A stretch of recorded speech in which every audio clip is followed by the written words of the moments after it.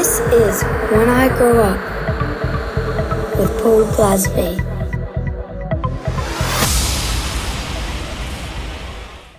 Anne Savage, welcome to When I Grow Up. Hi, how you doing? How you doing? You all right? Yep, I'm alive and kicking. Certainly are, yeah. Well, it's good to see you, love. It's been a long time since we've crossed paths, which is very unfortunate. But yeah, I really appreciate you being on here now. It's my pleasure. You're like some sort of ghost. I see you on lineups, but I never actually see you in the flesh. Well, you know what? That's what I've said this to other people. Like, there's especially when I travelled international. I'm sure you'll get this, where people will say to me, like, you know, what's Andy Whitby like, or what's Phil Reynolds like, or what's this person? I'm like, I don't know. We don't have like a DJ hangout where we all get together. Oh. You know, you see each other passing. Oh, yeah. I'm getting into a exactly bit of a kiss, a hug, and then boom, you're gone. You know, like because you're racing off to another gig, or maybe it's your last gig and you want to just get home. And we don't. It's not like there's like a place where we all hang out, you know, like there's a few people that, you know, like Maddox and Ben Stevens and Andy Farley would be the people that I sort of spent the most time with. And I'm sure there's people that you did as well, but it's it's like a weird sort of phenomenon, isn't it? You know? It is. But yeah, it's like I've known some DJs over 25 years, and it's like it's bizarre we've known each other that long. Isn't it? You know, you know, I don't know when some people's birthdays are, but it's a very strange friendship you have with someone for over 25 years.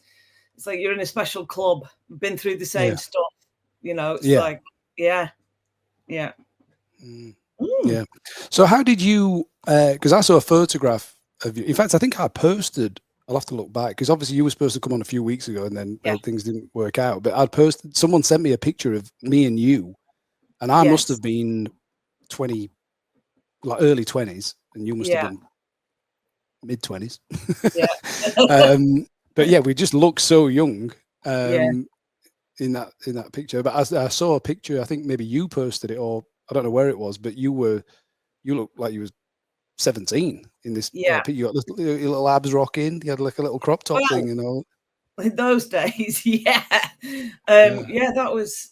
I must have just started at Angels in Burnley when that was taken. Someone sent it me quite recently, actually, so I just posted it up, because when I say like Joey Beltram and Carl Cox used to come to Angels in Burnley, nobody believes me. And then and in the poster in the background, it's the upcoming acts. I never even noticed that. Yeah. So in the background is upcoming Rob Tissera. Just goes how long he's been DJing. And I think didn't Rob DJ at the Last Supper? He did the farewell gig for the Dinosaurs. Yeah. Well, I love him, by the way. Me too. Yes. Who doesn't? No, I used to actually go and watch Rob Tissera DJ. Like I was that kid at the end, just like watching the DJs mix. So that must have been 1990. I don't know. But anyway, where were we? Yeah. So that was my first residency. But if you want to know how I got into DJing, my first gig was long before that, when I was 18, and I was I came through like early electronica. Like I was massively into Joy Division, New Order. But before that, I used to play guitar in a band. Like from 15, I come from a very musical family, brothers, sisters. My dad, my uncle played piano, and I was sent to learn violin and classical guitar. And my sister played oboe and cello. It was like that kind of family. Right. And but obviously I rebelled when I was 15 and shaved all my hair off and went wild. But then I joined a band, and it was like all of a sudden it was cool to know how to play guitar. And we were terrible. I mean, I hope the other band members don't mind me saying it. It didn't last, but you know, it was like a thing I did on a Saturday. I used to get the bus to Cone and to this old warehouse and practice with the band on every Saturday. And I must have been like 15, 16 at that time. Right. And then from that, like my elder sister was the first one to get into acid house in the 1980s. And I was working in Italy, hairdressing, which is what I used to do in a ski resort. And my sister started sending me over these cassettes of this the beadly acid house music. And I was just like, what the hell's this? And then when I came home, when I was about 19, she took me to my first rave at the Red Parrot in Blackburn. And that's where all the convoys used to set off from to the proper legal race. It must have been 1987, 1988. And I had like a 1980s red suit jacket on, short sleeve with gold buttons, and like a little skirt and some court shoes. Like, at this stage, I've gone through lots of phases, but that's how I was dressed. And I walked in, there were just lasers. Everyone was just, as you can imagine, like sweating and going mad. Smoke machine, lost my shoes. I just came out. Like, my life was just changed forever. I was just like, oh my God, that's for me. Wow. Yeah. And then I just got decks and just started practicing and pestering people to put me on. And I eventually persuaded Angels in Burnley to give me a go. And I was a resident. I used to get £25 a week. And I used to do the lights. I was the promo girl. I used to take all the flyers around like West Lancashire over to Bradford. And yeah, it was like, I did the cloakroom, I did the lights. It was a real brilliant way to kind of enter. But before that, I used to be into kind of like alternative stuff. So this is a real band. They're called the Revolting Cocks, kind of industrial stuff and hip hop. And there was a club in Accrington called the Curfew Club. And I used to follow the DJ around. And one time he was on holiday, and I got my first ever gig when I was like 17. And there was no mixing. It was just stop start all in one unit. Right. And that was my first ever gig at the Curfew Club. So what would you play there?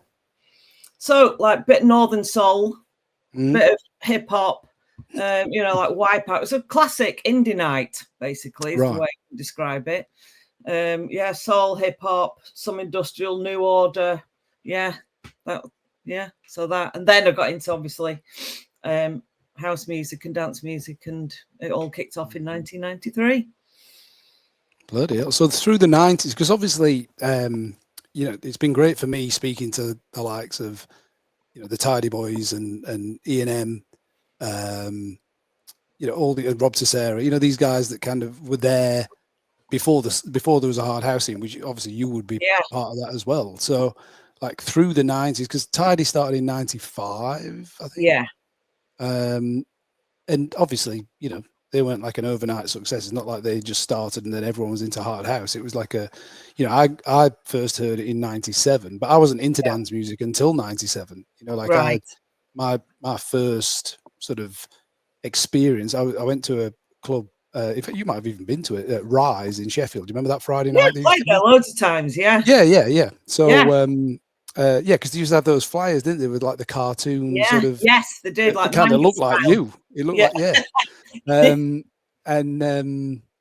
so that's where I started clubbing. Like I was into heavy metal, and then a friend of mine invited me just randomly, like, come to this club, and that was it. Like you said, my life was changed from that point. Overnight.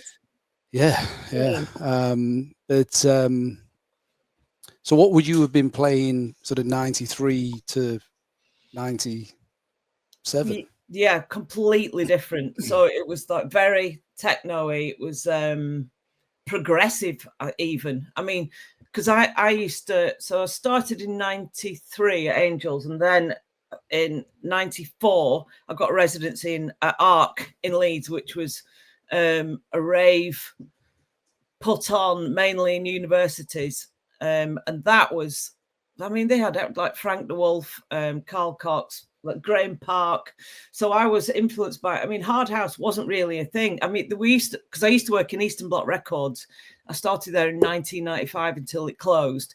So there was Tripoli tracks around, the odd Tidy tracks, and I was the buyer for that kind of music. But before that, I'd been playing like pretty progressive, like Guerrilla Records, stuff on Nervous, like really, really eclectic. And then obviously the Italian stuff like Disco Magic. But like when it's like my brain's just firing off all these different, like literally everything you can imagine.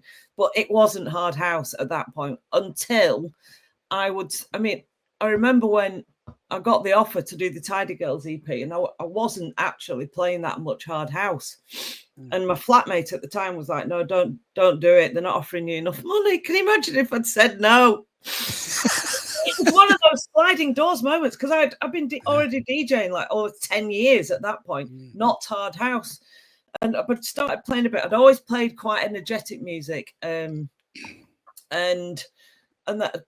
obviously I said yes, and then that changed. That kind of changed overnight. I used to have one bag of records where I used to play for like Enter the Dragon and like more trancey kind of Judge Jules like kind of music, like Paul Masterson. And then when the Tidy Girls thing came out, I remember I think I played at Insomniacs. I'm pretty sure you were there just after it had come out. That was a wild night. And then just hard house blew up, didn't it? It just blew up. And so I had two sets of, I used to have two record boxes with completely different styles of music, and I used to play both styles for ages. And then hard house just took over. I think it was when I used to play at Slinky, and that wasn't like all hard house. Did you play Slinky? I don't think I ever did. No, it wasn't. It got more and more like me and Lisa Lashes obviously ended up playing mainly hard house, but Lisa Lisa Lashes didn't just play hard house all the time. She used to play Chuff Chuff on the boats, and we were talking about it recently. Actually, everyone just thinks that Tidy made us, and it's like we had careers like long before that. Nothing, obviously delighted that we've been on this Tidy journey, but it's not all we ever did. We had full careers before that, which led to Tidy. Yeah. Wow. Okay. One of the things, I've just got a few little notes that I made here. So one of my, I think it might have been a Tidy weekend where we were doing one of those panels, where we like, and the people had asked questions. Yeah. And someone said, and I hope I'm remembering this right. Sometimes you have a dream and then it like, you think it's a memory, but you can tell me if it's right or not. Someone said, so how did, obviously Lisa Lashes, they went, how did you come up with the name Anne Savage? And you went, my mum and dad. Yeah. My mum's actually called Lily. It's hilarious, isn't it? Yeah. She is. But my mum remarried Kirby. I mean, I could have been called Anne Kirby, but I thought you were going to say she was called Lily Padner. Yeah. Yeah. So I know it's fun. Those panels were ridiculous, weren't they? Yes. Yeah, they were. Yeah. It's Glazby your real name. It's Glazby. Kind of. Yeah. Kind of. So I was born Paul Glazby, but with an S, Glasby.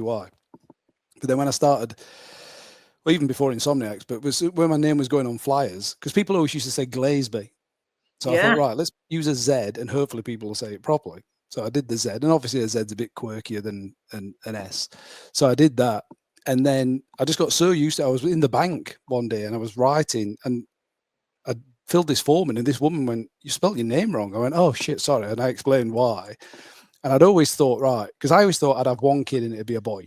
Right. So I said, I'm going to change my name legally so that my son gets the name. And then, the idea was that it'd like break off the family tree, and hundreds of years later, people would trace it back. And that was the idea. So when I found out Nevaeh was coming, I didn't know she was a girl. I went and changed it legally so my passport and everything is now with a Z. But my dad and my sister's not Glazby anymore, but my dad's Glazby with an S. And but when I was 18, I had Glazby tattooed on my arm. So I've got my name spelt wrong on my arm. And when I did it, I was 18. My dad said, what the bloody hell you had with an S? Because and my dad said, what you had that done for? And I went, well, it's my name. It's never going to change. And then it did. It did. What a wanker. You set that emotion, didn't you? Yeah, you idiot. Yeah. And I've got two girls, so it's going to die with me anyway. Oh, there's still time.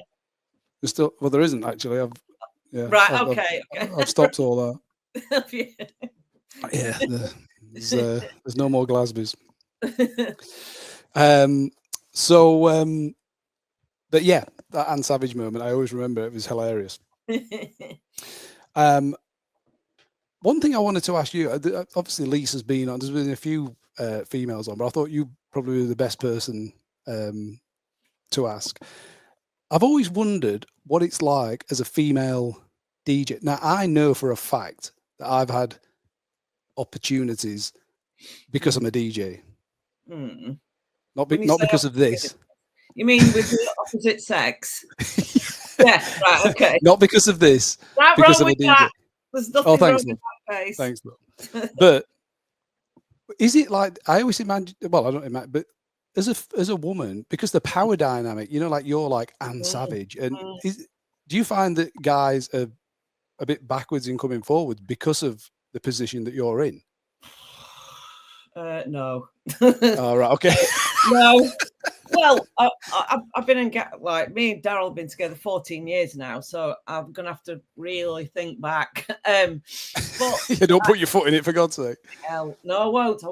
No, but I don't know. Like, I've got 4 brothers, so I've always been a complete tomboy, and so I don't know if that's got anything to do with it. But even though, you know, I do dress up when I was DJing, especially in the younger days, but I've never really noticed. I've just thought it's just been normal, for me, because I don't. It got me thinking now.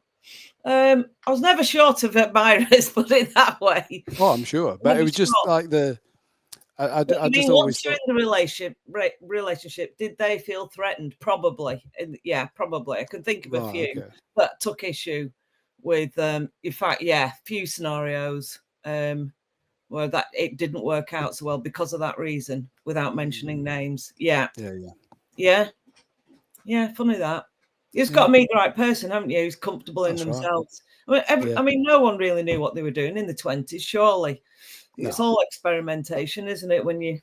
How long have you been married before I put my foot in it? No, I'm not married. No. Do you know what I mean, though? Like, you're just finding out who you are, aren't you? So you're bound to, you know, for the boys that I was going out with at the time, that was an experience for them, and you know, it was never meant to be, but it doesn't mean it was a bad thing.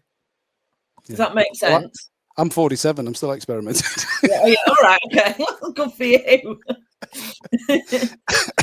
Yeah, no, I don't think so. I mean, once I was in the relationship, I have had a few scenarios where, yeah, I think they might have felt a bit like you were saying about the power balance was a bit skew with. Yeah. Okay. And then in terms of, obviously you'll have done some massive gigs like over the years, but like, have you got, I know I have, like, have you got gigs that still stick in your mind? Yeah. God. Okay. So do you remember the Millennium Dome before it was split up? Well, I played there. It wasn't New Year's Eve. It was was it New Year's Eve? Millennium. It might have been Millennium. I'm pretty sure I remember that. Or it might have been 2001. And there was 46,000 people under the dome, all facing forward. And I was still playing violin in this tiny, teeny little structure that they'd made. And I remember looking down, and it was like 10 cream fields all looking at you.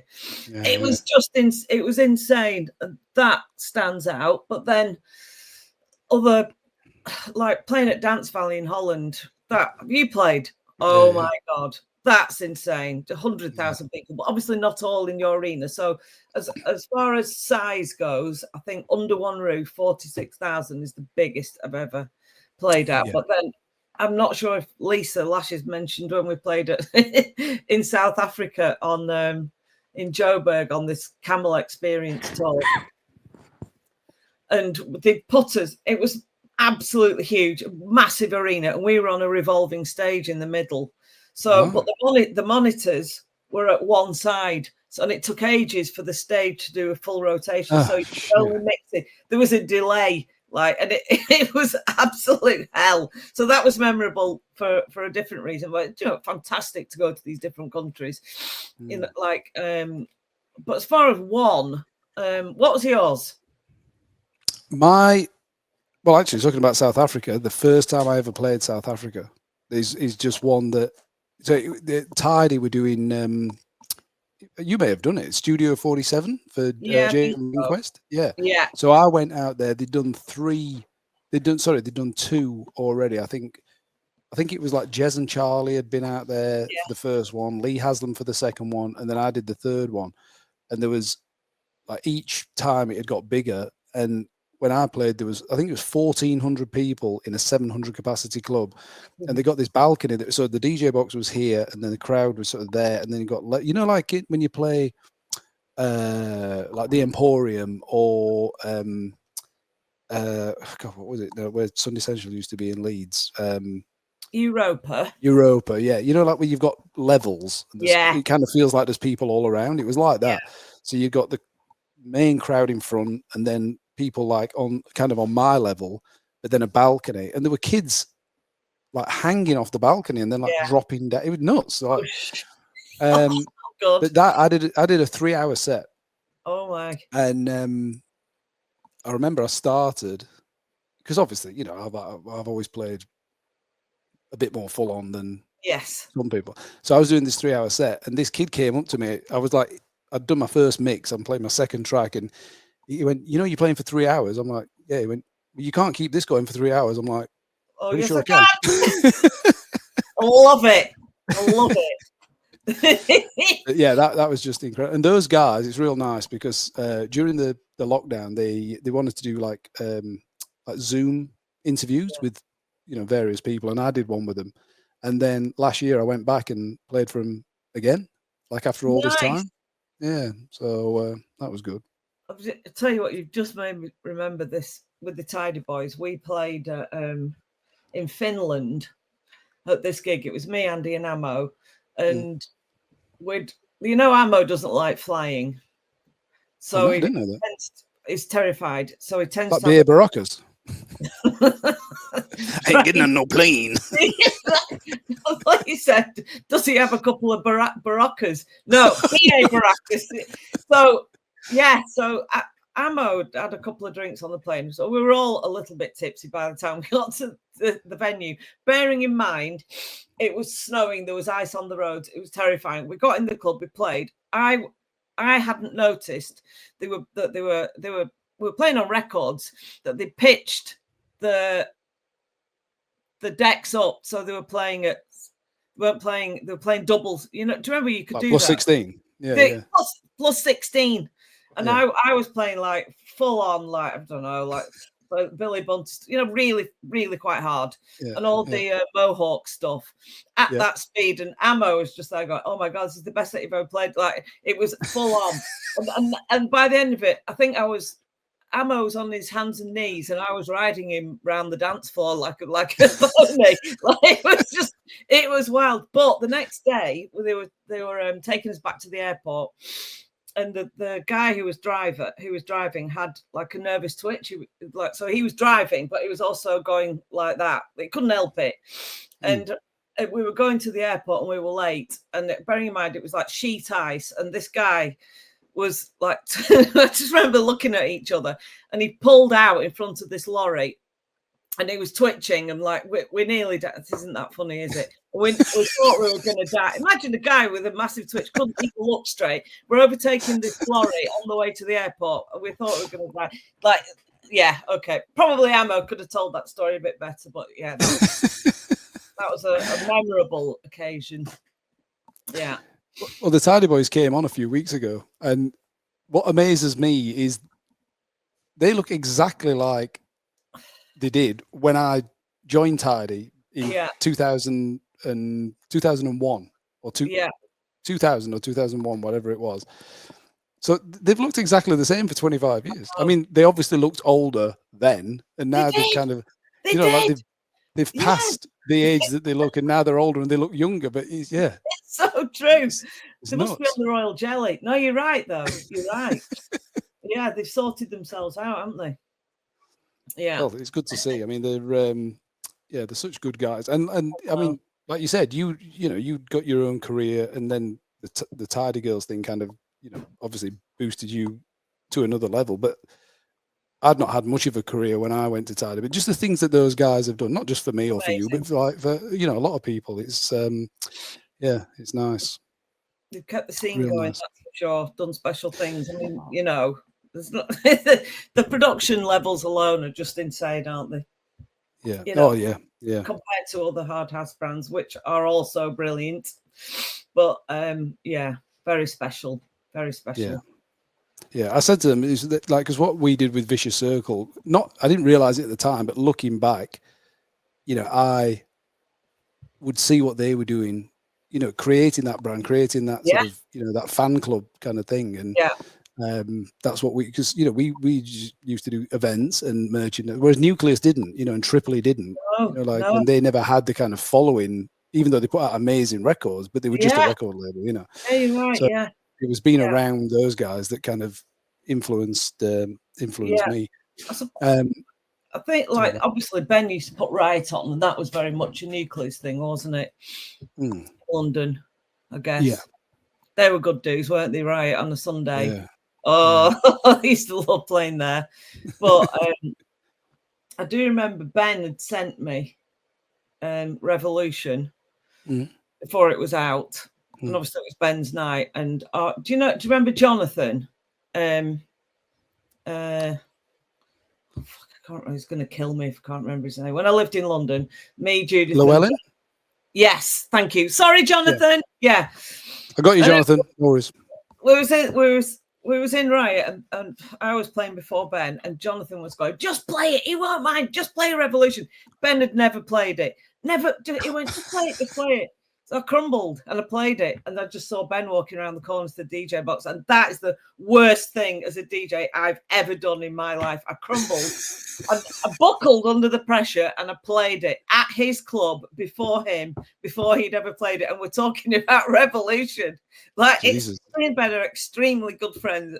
Even now, I can't bring it up. So if he I was going to say, does he speak to you anymore?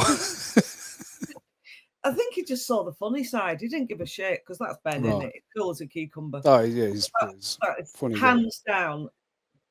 I can't, still lose sleep at night over that. That's bad, isn't it? In fact, we're talking about South Africa. I remember I walked in, and the DJ on before me just played every single one of my tunes. Bearing in mind, we were on vinyl, and I think it was a female DJ, and I was just like, what the am I going to play now? She just played all my records, and they went, oh, she just loves you and she just wants to impress you. I was just like, well, thanks. Nothing to play now. What the hell? It's a big no-no. Well, that's because people used to say to me, because I made a career out of turning up 5 minutes before I was due to play and then leaving. Yes. But people used to say to me, oh, well, what if someone's played, what you're going to play if they played it earlier? And I'm like, well, I just play my own stuff. Yeah. So, like, if the night's gone like it should have gone, no one should have played my stuff. They shouldn't have played Vicious Circle or my stuff. And then so that's why I didn't have to be there to sort of check what people. And the thing is, once you get busy and you've got 2 or 3 gigs in a night, you can't be there anyway. So you can't. But I played Brisbane last week. Yeah. And it didn't matter because I wasn't going to play it anyway. But the promoter, he was on before me, and he turned his track up and then played Hostile from the break. And I'm like, okay. But then the amount of people that messaged me afterwards, I can't believe he did that. I went, listen, it doesn't matter. I wasn't going to play it. No. But that night, talking about pitching up, because I did get there a bit early, because there was some people, there's like quite a few, like Lucifer, for example, she lives in Brisbane. So she came to the gig and a few other people. So I went a bit earlier just to catch up with some people. And I'm thinking, sounds pretty fast in here, like this. Yeah. And I didn't want to get like a BPM counter out and look like a twat. So I just like thinking, but I got up there, 160 they got it at. And I'm on. No. So I thought, well, here we are. So I just carried on at 160. And that was it. And then, well, exactly. As soon as you put it on, even 155 is going to sound pedestrian after that. Yeah. So, and then Brisk, Brisk? Yeah. He was on after me. He was playing 185. What though? Like hardcore? Hardcore, yeah. Oh, that's fast. That is fast. It was. I think he played a. What's that track? Is it Time to Burn? Was it called? Yeah. He played like a hardcore. 185. I'll have to listen to that No, first you thing in don't. the morning. Get my flap on before I had to come and see you this morning. Oh my god! Yeah. Thing is, though, I don't mind a bit hardcore. I have to say, I think it's since I moved to Scotland, my musical. I've been what's the word? Been a bit more open-minded because, as you know, in Scotland they like it pretty hard and fast. And so how long have you lived? I know you lived in Scotland. Yeah, I've been living in Aberdeen for 12 years. That's where I am now, Bonnie, Scotland. Yeah. That's handy for the London gigs. Well, there is an airport less than 5 miles from my house. Oh, of course, yeah. You're a big name. You fly. But I do drive most places. Like right. I've got good at long journeys. It's 8 hours to Birmingham. It's 7 hours to Sheffield. But you know, well, I remember. So sort of go. Yeah, no. So once you're in the car for 4 hours, what's another 4? I'm just used to it now. I'm used to it. You know, I've got family in Lancashire, so I do. If I'm going down, I do tend to stop off and see family. That's the great thing about driving. Everyone's just like, "Why the hell don't you fly?" You know, but I like driving. Go on. What were you going to say? No, I was just going to say. I remember one night driving from Sheffield to Aberdeen, played for an hour, and then I had to drive straight back because I had insomnia. No, that's hell. That's hell. Well, saying that, I'm playing at Lashed on the 13th, and I've got a race the next day. So I'm going to the track on the Friday, getting up at 7, driving down to Colville, doing my set, and then I've got to drive straight back to the track and race the next day. Bloody hell. She wants, you know, I would only do that because it's Lisa and I can't wait to play. I wouldn't normally do that. That's just insane. Like racing motorbikes and DJing don't work out. Sorry, I could do it after I've raced, but doing it before is a big no. So tell me about this motocross thing. So you do racing? I race, yeah. So when I was little, like my older brother was like a motocross champion, an expert, really absolutely superb. And I've had motorbikes since I was 8. And then obviously I moved to London. You don't do bikes in London. You don't. No. Well, I didn't. I just kind of parked all that. You know, I grew up in the countryside. We all had motorbikes. I wasn't competing then. It was just, you know, playing in a field. And then when I met Daryl in 2011, which is who I live with, my fiance, I just first time I came to his house and he opened up the garage, there was just all these motorbikes, and it was like I was in heaven because that's what I grew up with my dad and my brothers and my sisters. And so I started going watching him race, and I was just like, why am I watching? I might as well just get a bike myself and have a do. And then I just started. It just kept me. I'm pretty shit when I started. I'm pretty shit. I mean, I'm not absolutely amazing now, but I just absolutely fell back in love with it. So with the British Championship, I actually won the mini bike supermoto championship, British Championship in 2020, and now I run the Scottish Supermoto Championship with my other half, which is I've been doing that for the last 5 years. So started in 2016, I started racing, and I had quite a bad accident that kind of messed with my head. Nearly lost my leg, but I didn't. And still riding. In a nutshell. So if anyone's interested, Supermoto is a cross between. So there's jumps like you get in Supermoto, and then you come off the jumps and you go around the tar. So it's a combination of road racing and motocross all in one race. It's like rallycross with jumps. So you're doing that where you're flying through the air and then land on the next jump? Yeah. Fuck yeah, but I used to do it when I was little. You know, it's weird. It just comes back to you. Yeah, there's things I did when I was little, but I try when I'm older. I'm like, fuck that. Proper adrenaline junkie, I think. I always have. But, you know, like when you're racing, you come off and the adrenaline is absolutely like coursing through your veins. The best gigs I've ever done is when I've gone straight from racing to a gig and you still high as a kite from the adrenaline from racing, and then you DJ and they're literally, it's like next level, like buzz.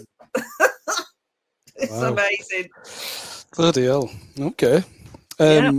One thing, I don't know if you'll remember this, but I'm sure I told you about it back in the day. But I did a gig in, I was playing in Canada. Yeah. And we were just sort of driving around in the afternoon. The promoter said, "Oh, let's go and get some lunch." So we went into this restaurant. We walk in there. There's all these girls. Like it's like a topless bar. Like Hooters? Not like Hooters. No, it's like a strip club, but you can proper? you can get a burger there. Yeah. So anyway, yeah, go on. So I would have been 20. I must have been 23, 24, something like. I knew you like quite well by then. Yeah. And anyway, so I ended up going for a lap dance with this girl. Ouch. And we're in the room, and she said, "Oh, what you?" Obviously, she got the accent, and she said, "Why are you here?" I said, "Oh, I'm DJing." And she's like, "Oh, I know a DJ. I used to live with a DJ in London." And I said, "All right." I went, "What's the name?" She went, "Anne Savage." I went, "I know Anne." That's the maddest story ever, right? Yeah. Oh my God. And then she put her hands. What? Go on. She put her hands on the thing behind me, and like leant across, and I stuck my tongue out. And she went, "I knew you were going to do that." I don't want to know. Well, are you still in touch with her? I guess not. No. Oh. The tongue on the nipple was the last touch I had. Well, that girl, bless her, my friend, flatmate. I'm not going to name and shame him. We were on tour in Canada, and he met her, and she was a lovely girl, and she wanted to come to London and like, you know, try and find, I don't know, new career, whatever, new opportunities. And so she moved in with us, but she arrived thinking that they were a couple. He'd gone out with her in Canada, invited her over. When she got there, it was like, no, we're just flatmates. And she was absolutely devastated, as you would be. Well, so I went into that room thinking we were a couple, but I soon found out we weren't. Oh! Right, so you can remember, you know what I mean? You remember? Yeah, of course I do. She's a flatmate. I ended up having to look after her because my flatmate, who'd brought her over in the first place, didn't want anything to do with her. So I had to look after her. If she's watching this, like, yeah, that's men for you. Yeah, come over. And then like, well, no, I've seen someone else now. Tough shit. Like, not good. Yeah. So I didn't treat her that bad. No, I was treating her well compared to your mate. And you're doing your PhD, is that right? Yeah. Oh, like tell you what, you female DJs, Amber D, she's doing a PhD in something. She's done a degree. I got a degree in 2016. This is a PhD. This is like not being funny to anyone who's done a degree. Compared to this, it's hell on earth doing a PhD. you are. Anyone that's got a degree is bullshit. She's doing a PhD. I feel like I could have done my degree in like 8 weeks compared to this. It's taken me 5 years. It's bad. And Mark E.G., good friend of mine, I've been trying to put him off. I'm just like, don't do it. He's actually signed on to the same shit. He's doing a PhD. Good luck to him.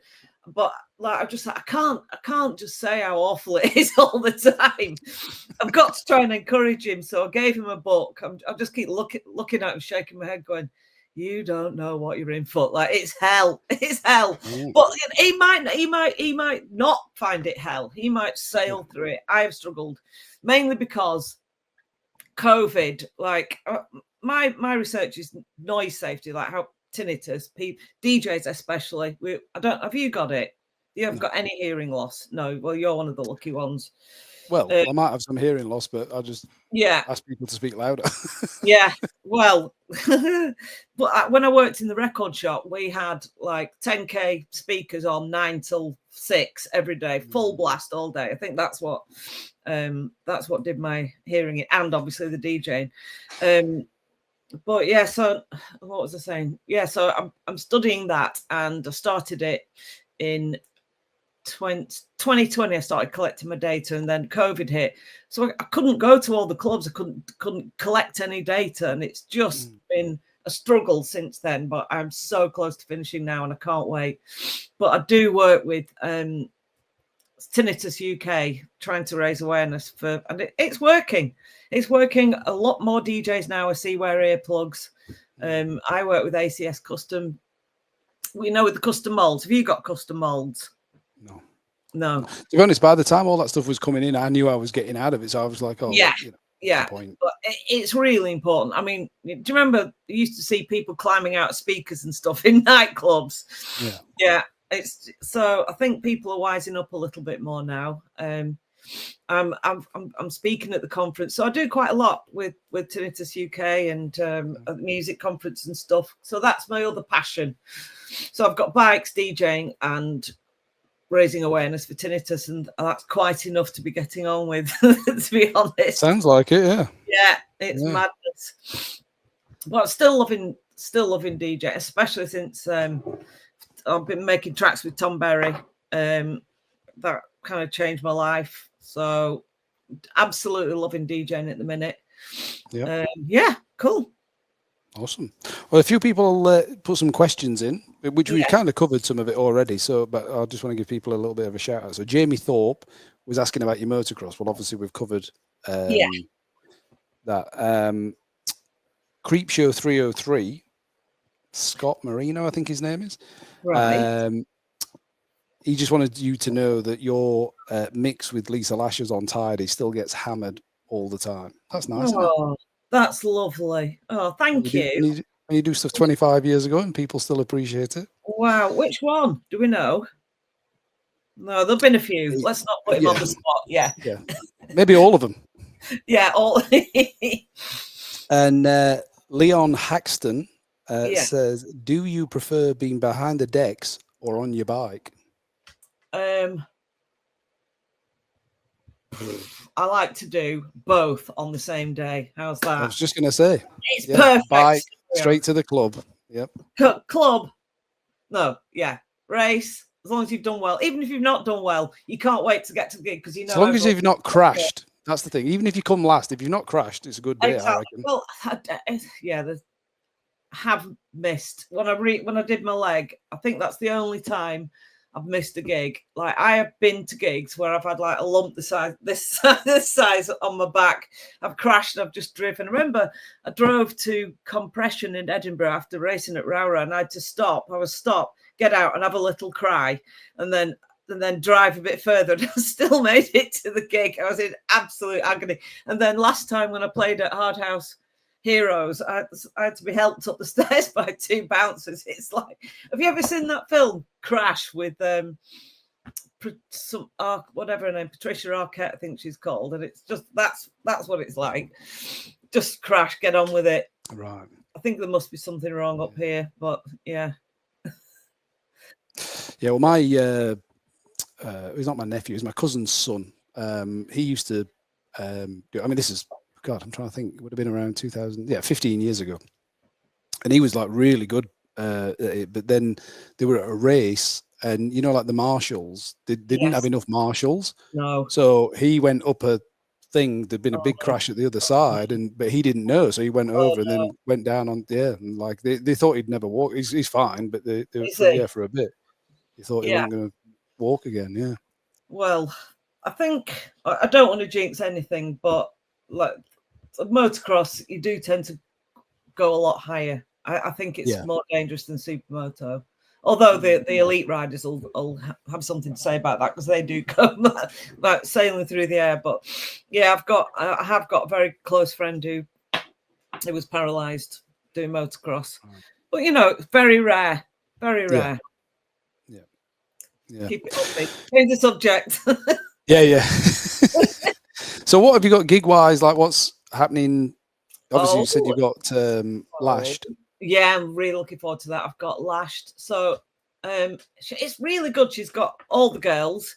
And then in the second room, she's got like crafty cuts gone right down the breakbeat route. I'm really excited to see them. So that's good. That's at Colville on the 13th. And then on the 27th is Tidy 30. Tidy XXX at Egg, which is amazing. Yep. I'm flying down for that. Can't drive to London. Oof. And then I feel like I haven't made a really massive mistake. I haven't written all my dates out, but I know I've got a New Year's Eve. I know I'm playing at Sunday Central on January the 1st. I'm playing on Taunton on I think New Year's Eve, and then on the 27th, I think I'm doing Gatecrasher. So, you know, and I know I've got some in November as well in Leeds. I'm not sure I'm allowed to. I'm not sure if they've announced the lineup yet. So yeah, and then I've got Good Grief next year. It's bizarre. The same names are coming back, aren't they? And yeah, still playing for Tom at Insomniacs. Yep. We had some good times there, didn't we? That was they were mental, weren't they? Well, I mean, I've been talking about it with a few people recently. Like, you kind of, at the time, I mean, pretty much everything. I've said this on just about every episode. Like, at the time, you don't appreciate what's happening, but then you look back, and those lineups that Tom would do just on a not a bank holiday, just a Sunday morning. It'd be, I mean, no one really knew what it was as much back then, but you know, like you, Tidy Boys, E&M, and then me to finish off. Yeah, just on a normal Sunday morning. Yeah, I know. I know. It's nuts. Insane, isn't it? Yeah. You just mentioned Sunday Central. Yeah. Who's running that now? That's a good question. I know. Well, get this, right? So, you know, Danny. I don't want to say the wrong thing. Paul Barton or Michael Felton. Right. That's who contacts me about playing. Right. Well, you remember Danny?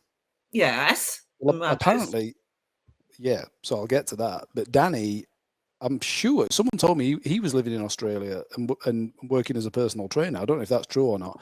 But remember the girl with the blonde hair, Helen?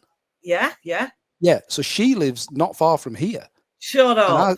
Because I sold a house to a girl, a woman, and she said, "Oh, I've got a friend who knows you." I'm like, okay. She went, Helen. I went, I don't know. She went, you used to play for a club called Sunday Central, and she went out with the promoter. I'm like, fucking hell, and she lives here.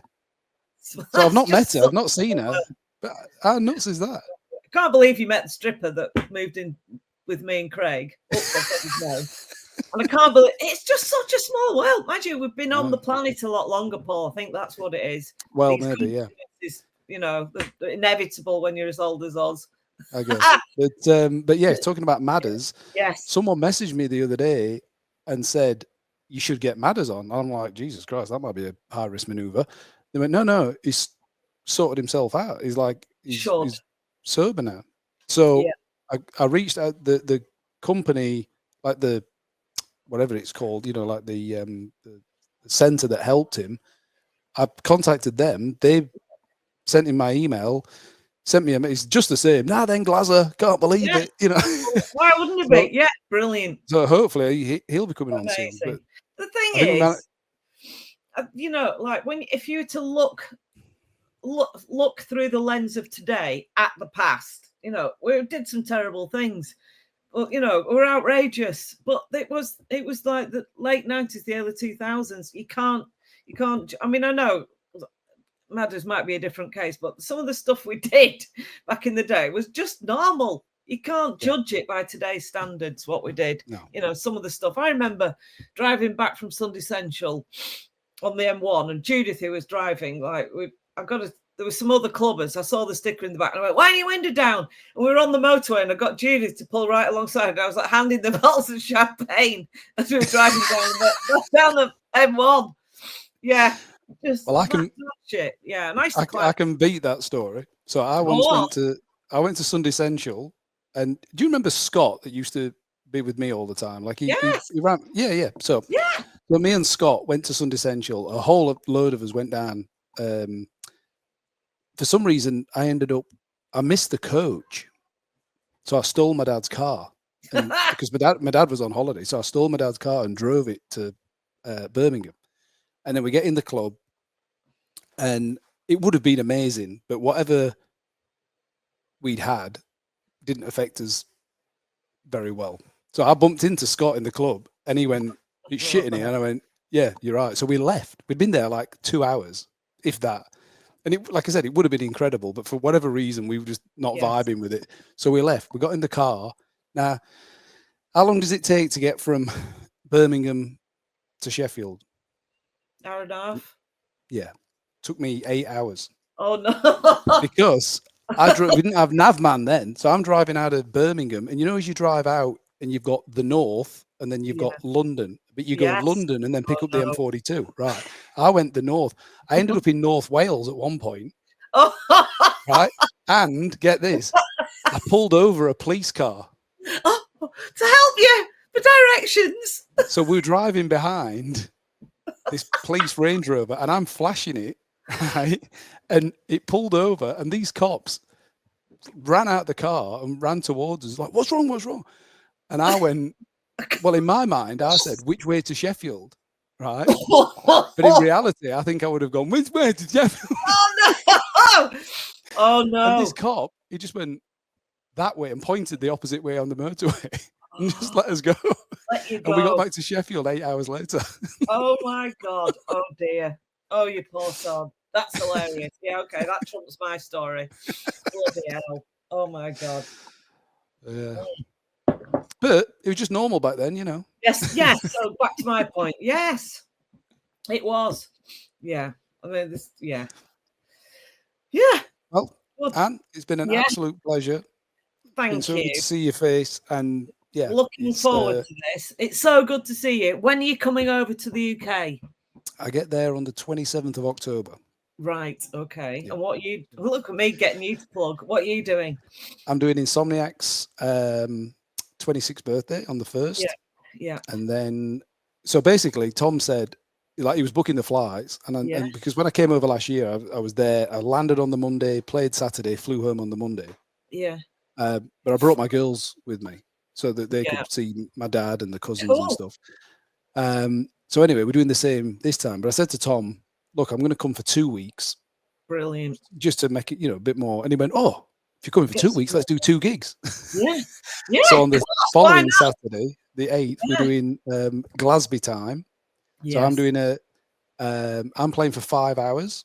And Leone, his daughter, she's doing an hour, and then we're going to play back to back for an hour, which will be nice because obviously 26 years later, and now I'm playing, you know, back to back with his daughter in Sheffield where it all started.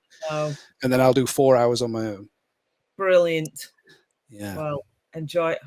Not sure if I'll see you unless you fancy a quick 7-hour jaunt up to Aberdeen. Unlikely. Never say never. Never say never. Bless you. But yeah, so next week I've got Ian coming on. He's our first repeat offender to come on again. So hopefully we can do this again at some point. And let's not leave it 20 years this time. No, and I have got lots more stories. So I'm sure. Brilliant. Oh, thanks, Paul. And hi to the rest of the team in the studio. I've not met you, but hello. I'll tell him. Okay. There's a whole crew of us back here. There's like 20. It's just me and Matt. It's just me and Matt. Oh, and thanks to the people who sent the questions in. I really appreciate it. So thanks, Paul. Awesome. Thank you. All right. Thanks, darling. You take care. Cheers, love. Bye. This is When I Grow Up with Paul Glazby.